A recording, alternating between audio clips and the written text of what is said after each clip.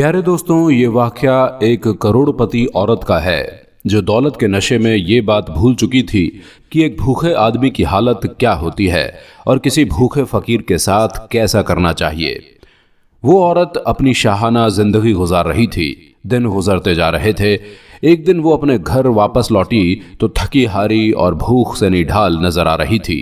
उसने जाते ही अपने कमरे में नौकरों को कहा कि मेरे लिए खाना लाओ, लेकिन इतने में दरवाजे से आवाज आई कि कुछ खाने को दे दो। वो औरत कहती है, दरवाजे पर कौन है? जब दरवाजे पर देखते हैं तो एक फकीर खड़ा होता है। निढाल तबीयत है, प्यास की वजह से होंठ सूख चुके हैं और वो खाने का सवाल कर रहा है। नौकरों ने जब औरत को बताया कि एक फकीर है और वो खाना मांग रहा है, उस औरत ने इम्तिहान गुरूर के साथ कहा कि इससे कहो कि यहां से चला जाए, अभी तो मैंने खुद भी खाना नहीं खाया है। फकीर क्योंकि बहुत भूखा था, वो बार बार यही गुजारिश कर रहा था कि मैं भूख से मरा जा रहा हूं, खुदा के लिए मुझे खाने के लिए कुछ दे दो। ये सुनकर औरत को गुस्सा आता है और वो अपने फ्रिज से खाना निकालती है और बाहर जाकर दरवाजे पर उसके सामने खाना फेंक देती है। वो औरत खाना इस अंदाज में फेंकती है कि ना तो फकीर के हाथ में कुछ लगता है और ना उस औरत के, और सारा खाना जमीन पर गिरकर खराब हो जाता है। वो औरत दरवाजे को जोर से बंद करती है और वापस अपने कमरे में आ जाती है। फकीर जो अपने पेट की आग बुझाने के लिए दर दर की ठोकरें खा रहा था, जब उसने देखा कि उस औरत ने खाना इस तरह से जमीन पर फेंक कर बर्बाद कर दिया, तो उसने आसमान की तरफ देखा, लबों ही लबों में कुछ कहा और वहां से चल दिया। वो औरत जाकर खाने की टेबल पर बैठ जाती है और खाना शुरू करती है। खाना खाने के कुछ ही देर बाद उसे लगता है कि शायद उसको पेट में कोई तकलीफ महसूस हो रही है। वो दवा लेती है, लेकिन वो दर्द आहिस्ता आहिस्ता बढ़ना शुरू हो जाता है। वो अपना इलाज भी करवाती है, लेकिन तकलीफ थी कि रुकने का नाम ही नहीं ले रही थी, बढ़ती जा रही थी। और साथ में एक बड़ी परेशानी ये थी कि पेट का साइज भी बढ़ता जा रहा था। इस बात को लेकर वो औरत बहुत परेशान थी। एक तो तकलीफ थी और दूसरा ये पेट का साइज बढ़ रहा था। आखिर कुछ दिनों के बाद वो एक डॉक्टर के पास गई। डॉक्टरों ने उस औरत का चेकअप करना शुरू किया। जैसे ही अल्ट्रासाउंड में उन्हें कुछ नजर आया तो वो बहुत हैरान हुए। चेकअप के बाद औरत को बताया गया कि उसके पेट में एक बहुत बड़ी रसौली है। ऑपरेशन के जरिए ही उसे निकाला जा सकता है। आखिर फैसला किया गया कि ऑपरेशन कर दिया जाए। ऑपरेशन करके पेट से रसौली निकाली गई तो सब लोग ये देखकर बहुत हैरान हुए कि ये एक बहुत बड़े साइज की रसौली है और मुमकिन था कि चंद दिनों के अंदर अंदर इस औरत की जान भी जा सकती थी। सब लोग हैरान थे कि आखिर इतनी जल्दी ये रसौली कैसे बड़ी हो सकती है। लेकिन वो औरत दिल ही दिल में समझ गई और अपनी उस गलती को याद करने लगी कि कुछ वक्त पहले उसके दरवाजे पर एक फकीर आया था। उस फकीर ने खाने के लिए कहा था, लेकिन उस औरत ने गुरूर और तकब्बुर में आकर अपने फ्रिज से खाना निकालकर उस फकीर के सामने इस तरह से फेंका था कि ना तो वो फकीर के किसी काम का रहा था और ना उस औरत के, बल्कि वो सारे का सारा खाना जमीन पर गिरकर बर्बाद हो गया था। और इसी खाने की बेहुरमती की वजह से उसको आज ये सजा मिल रही थी। हमें भी इस बात से सबक सीखना चाहिए और भूखे इंसान को नहीं सताना चाहिए। दोस्तों, एक तरफ वो औरत थी, जबकि दूसरी तरफ वो औरतें भी होती हैं जो काफी दौलत रखने के बावजूद भी घमंड नहीं करती। जैसे कि बयान किया जाता है कि एक गांव में एक नेक परहेजगार औरत रहती थी। वो बहुत ज्यादा सुखी थी। ऑप्शन 2, वो बहुत ज्यादा सखी थी। वो इतनी नेक दिल, इतनी मेहमान नवाज और इस कदर गरीबों पर खर्च करने वाली थी कि लोग उसे हातिम ताई की बेटी कहते थे। वो गांव सड़क के करीब में था। वहां पहले तो कोई बस स्टॉप नहीं था और ना ही उस गांव में बस आती थी, लेकिन लोगों के आने जाने की वजह से आहिस्ता आहिस्ता सड़क के ऊपर बस स्टॉप बना दिया गया। आसपास के गांव के लोग 5-5, 10-10 मील चलकर वहां आते और कारोबार के लिए शहर जाया करते थे।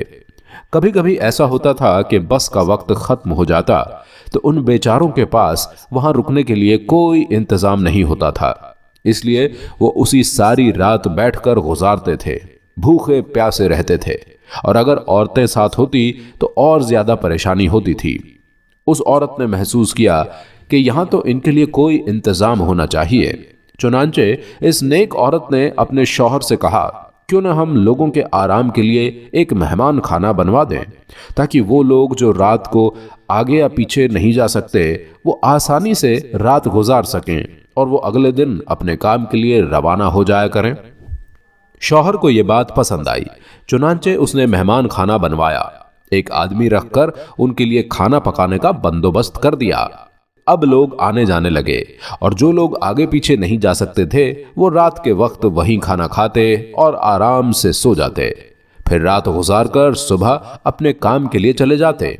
ये सिलसिला बहुत वक्त तक चलता रहा। चुनांचे किसी जालिम शख्स ने इस औरत के शौहर को यह मशवरा दिया कि आपकी बीवी तो आपको कंगाल कर देगी, रोजाना इतना इतना खाना पकता है, फालतू लोग आकर खा जाते हैं, ऐसी सखावत का भी क्या फायदा। जब दोस्तों ने शौहर को बार बार मशवरा दिया तो शौहर के दिल में भी ये बात आ गई कि भाई ये तो वाकई लोगों ने तमाशा बना लिया है, रोज आते हैं और खाकर चले जाते हैं। चुनांचे उसने एक दिन फैसला कर लिया कि मेहमान खाने को बंद कर दिया जाए और मेहमान खाना बंद कर दिया गया। बीवी को पता चला तो वो परेशान हो गई और कहने लगी, जब परवरदिगार ने हमें इतनी जमीन दी थी, हमारे अपने अनाज से ही रोटी बनती थी और सारा साल मेहमान नवाजी का सवाब मिलता था, अब ये सवाब मिलना भी बंद हो गया है। लेकिन जब शौहर ने कह दिया तो बीवी खामोश हो गई। नेक औरत बात करने के लिए मौका ढूंढती है, लड़ाई झगड़े नहीं किया करती। चुनांचे वो मौके की तलाश में रही।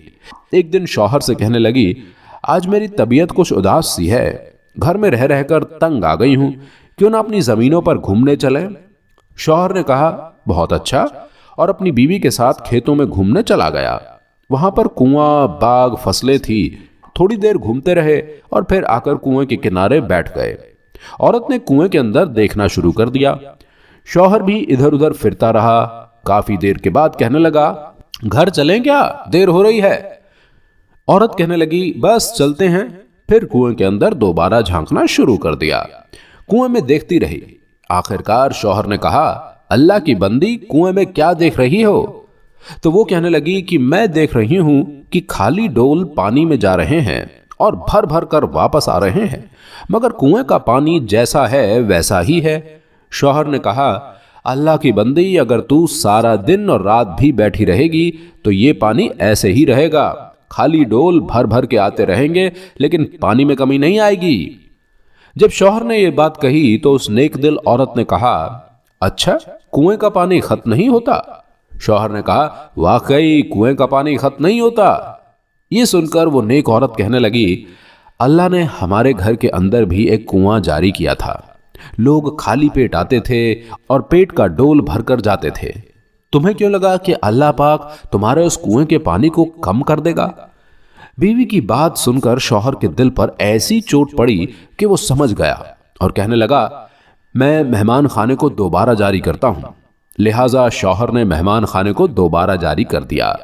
कहा जाता है कि वो औरत जब तक जिंदा रही उस इलाके में वो मेहमान खाना जारी रहा। लोग आते थे, खाना खाते थे, दुआएं देते थे और अपने सफर पर चले जाते थे। प्यारे दोस्तों, अल्लाह पाक सदका खैरात करने को बहुत पसंद करता है और सदका करने से इंसान बहुत सारी बलाओं और मुसीबतों से बच जाता है।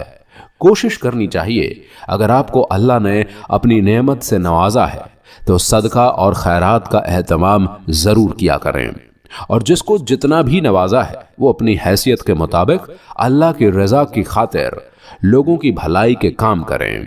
अल्लाह पाक से दुआ है, अल्लाह पाक हम सब मुसलमानों को इतनी हिम्मत और तौफीक दे कि हम लोगों की भलाई के कामों में बढ़ चढ़कर हिस्सा लेने वाले बन जाएं।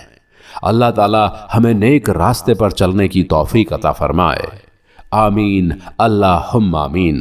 दोस्तों, अगर आपको ये वीडियो पसंद आई हो तो लाइक ज़रूर करें और हमारे चैनल को सब्सक्राइब भी कर लें।